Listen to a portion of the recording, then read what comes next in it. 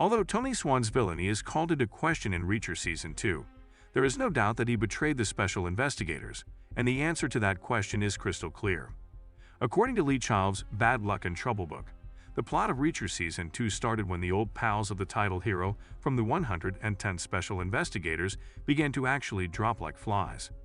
It was confirmed that Franz, Orozco, Lowry, and Sanchez were deceased, but Neagley, Dixon, and O'Donnell are among the key cast members of Reacher Season 2.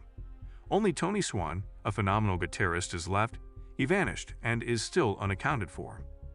Many hints are dropped by Amazon's Reacher to imply that Swan was possibly dishonest from the start, linking him to the New Age missile plot at the center of Season 2's narrative.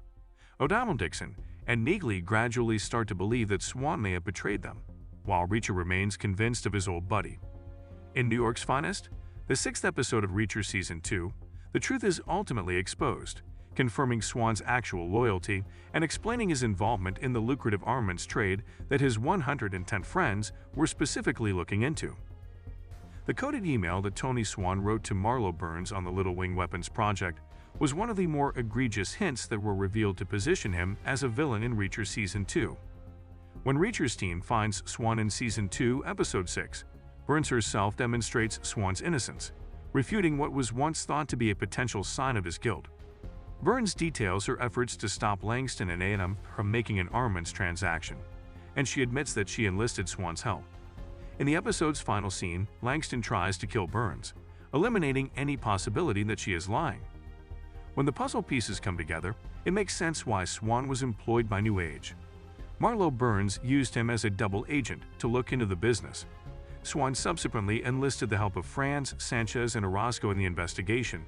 However, Langston chastised them, and Swan's 3 allies were violently thrown from a helicopter. Reacher was right to put his trust in Swan. For all his druggy antics and multiple offenses against music, the vanishing special investigator is as pure as his avian namesake. Even if Reacher Season 2 shows that Tony Swan was a wonderful man all along, it takes a little while to learn where he really is. Even though Swan was not employed by New Age, his signature was still being used to approve the shipment of weapons, and the assassin in the cemetery stated that Swan was the one who hired him. In Reacher Season 2, Episode 6, David O'Donnell conjectures that Langston meant for Swan to be held responsible as soon as the missing weapons shipment was discovered. That would definitely explain why Swan's name appears prominently in the paperwork, but this kind of scheme could only be implemented in the event that Swan passed away. If Swan was taken into custody, he could testify against Langston as a crucial witness and a former special investigator. Swan is therefore most likely no longer alive in Reacher. As head of security, Langston could simply manipulate the systems of the corporation to log Swan's presence fraudulently, and it would be too dangerous to keep him alive as a prisoner. The best move would have been if Langston had made Swan appear guilty while simultaneously making sure that his patsy vanished out of thin air before the police could get involved, thereby placing the blame for the company's misdeeds on a deceased guy.